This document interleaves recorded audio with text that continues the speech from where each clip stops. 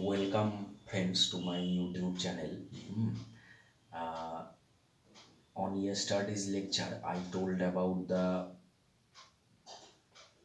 rotating frame of reference. That is, the frame S test is rotating with angular velocity omega with respect to S frame, and by considering the unit vectors also rotating, we have explained the pseudo forces. Okay, that is the rotation of frames is responsible for the generation of pseudo forces. Okay, so on yesterday's expression we have seen that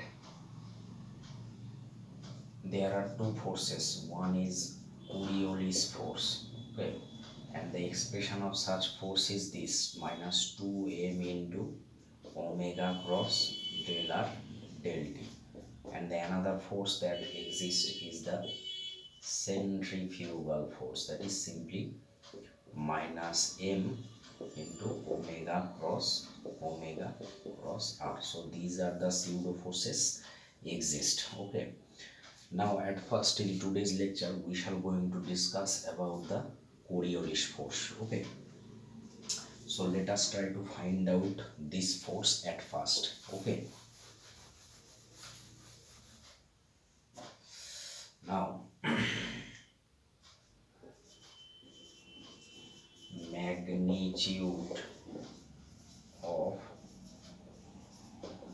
Coriolis force, this is the first thing. Okay, now suppose earth is rotating about its own axis. Okay, this is the ns pole, so this is north pole, this is s pole, and earth is rotating with angular velocity omega.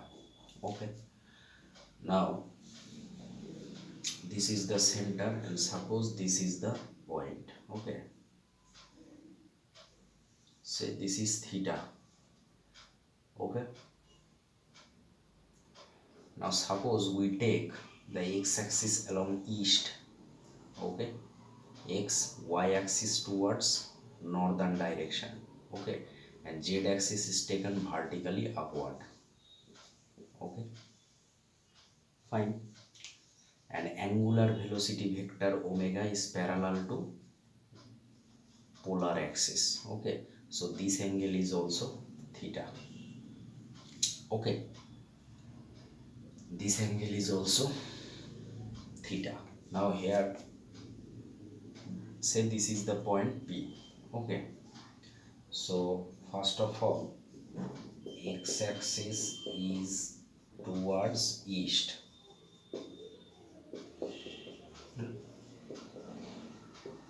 We take y-axis is towards north. Okay, and omega lies in, say, yz plane. These are the assumptions. Okay, omega lies in yz plane, that means there is no component of omega along x-axis. Okay, now if a body is subjected horizontally. Okay, oh, one thing, that is z-axis is taken vertically upward. Z-axis is vertically upward. These things we took. Okay, so now the object is thrown horizontally. Okay, that is in xy plane. Okay, so object is moving horizontally, that is in xy plane, because the z plane is vertically upward. Okay, fine. Now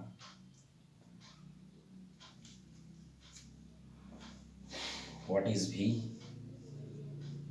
This is simply ivx plus jvy, because the object is moving horizontally, that means there is no z component, so v is this. Now what is omega? Omega lies in yz plane, that means simply there will be no x component, that is j omega y plus k omega z. And what is omega y? This is theta, so that means omega y is omega cos theta, and this is omega z, this is means omega sin theta. Okay, so this is the things. Okay, now let us try to find out the value of omega cross v. Okay, let us try to find out the value of omega cross v. So what will be my omega cross v? That is simply I j k. What is omega? That means this is 0, this is omega cos theta, this is omega sin theta, and v is what? Vx, Vy, 0. Okay.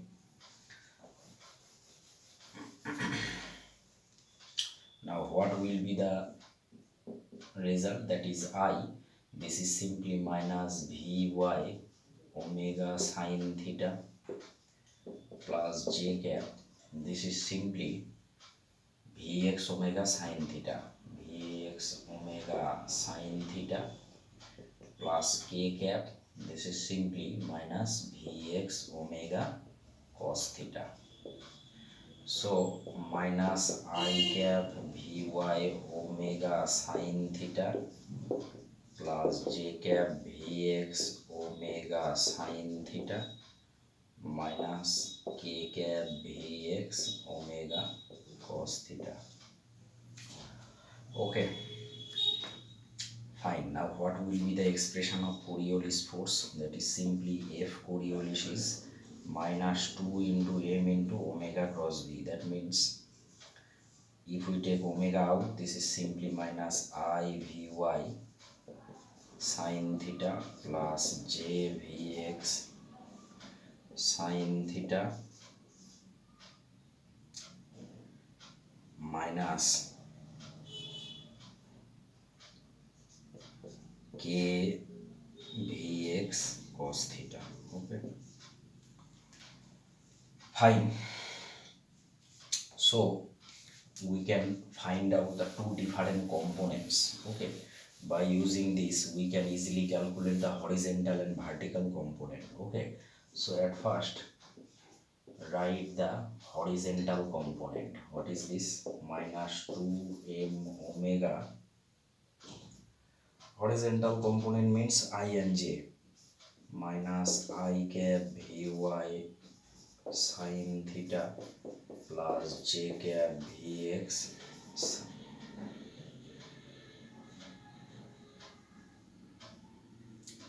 sin theta. Okay, this is the, so what will be the magnitude?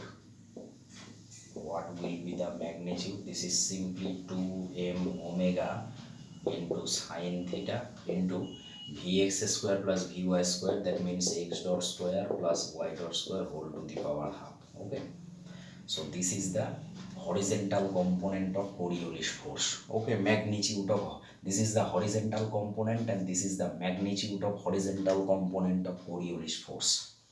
Now what will be the vertical component? This is simply minus 2m omega k cap Vx cos theta. Now what will be the magnitude?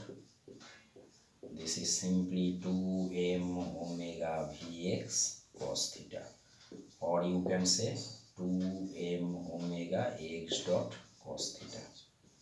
Okay, this is the simple thing. Okay, so this is the horizontal and vertical component of Coriolis force. Okay,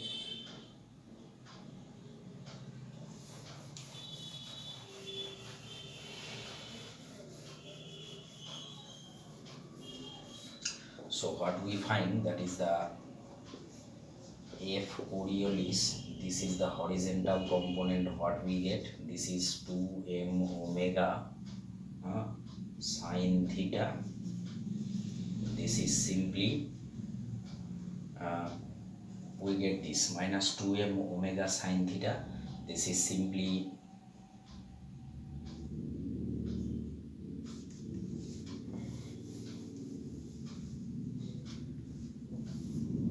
simply we get two components. Okay, one is horizontal and another is vertical. Okay, so thus we calculate the two different components magnitude of two different components of Coriolis force, provided the object moves in horizontal plane. Okay, that is in xy plane, not because the jet plane is taken vertically upward and the motion takes place along xy plane. Okay, so this is the magnitude of Coriolis force. Now, by using this expression, we can explain a lot of phenomena like the flow of wind in northern and southern hemisphere. Like we can explain the cyclones, or we can also explain the firing of missiles that we will discuss later. Okay, so by using this expression, we can find the direction of wind in northern and southern hemisphere, or we can explain the cyclones. Okay, that we will do in next class. Okay, but now today our second issue is to find out the magnitude of centrifugal force. Okay, so if centrifugal, that in previous lecture we found that this omega cross r. So just to draw a diagram, this is the earth. Okay, this is the ns pole. Earth is rotating about ns pole with angular velocity omega. Okay, suppose this is the center. Okay, this is the center, this is say theta. Okay, suppose this is a point P, this is a Q. Okay, so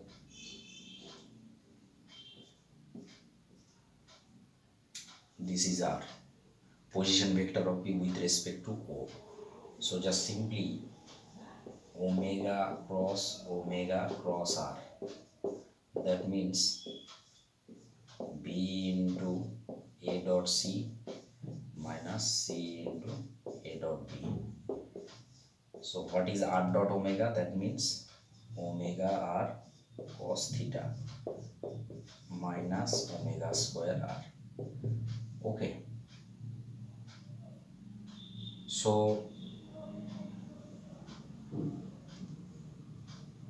this, now this is omega square, and what is R cos theta? This is OQ. Okay, and this is OQ, and what is R? OQ plus QP. OQ plus QP. So simply omega square OQ cancels, that is minus omega square QP. So what is this QP? That is the radius of the orbit of Earth. Say this is capital R. So okay, and so if centrifugal will be this, we have to multiply m, that means minus m omega square r. Okay, so this capital R is the radius of the orbit of the planet of Earth. Okay, and this small r is the position vector of P relative to O. So we have find that minus m omega square is the expression of centrifugal force due to the rotation of Earth. So we can say in general, so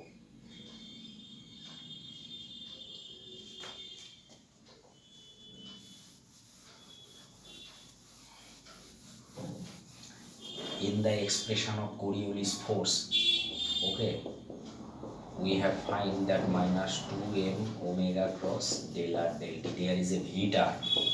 That means it is the force that acts on a particle when it is in motion relative to a rotating frame of reference. Okay, so Coriolis force is that force. There is a v term, that means there is a relative motion.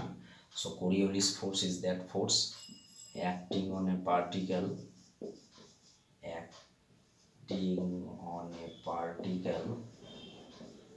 having a velocity relative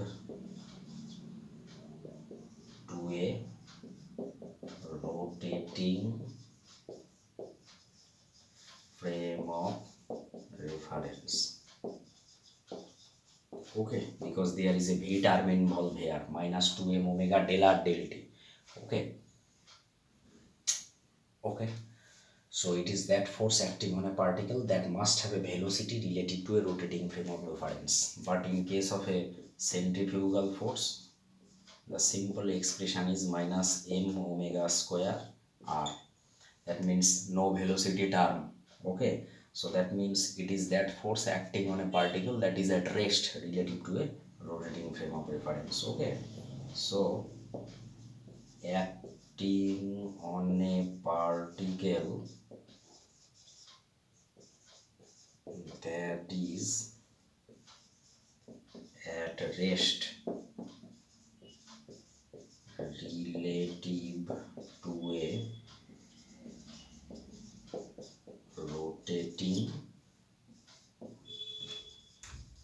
frame of reference. Okay, so these are the differences. Now in our next class I will going to discuss few phenomena or application of Coriolis forces. Okay, so if you like this video, then kindly subscribe it. Okay, and the link of this video will be given in the description box. Okay, and if you have any query, then just write it in comment section. Fine, thank you.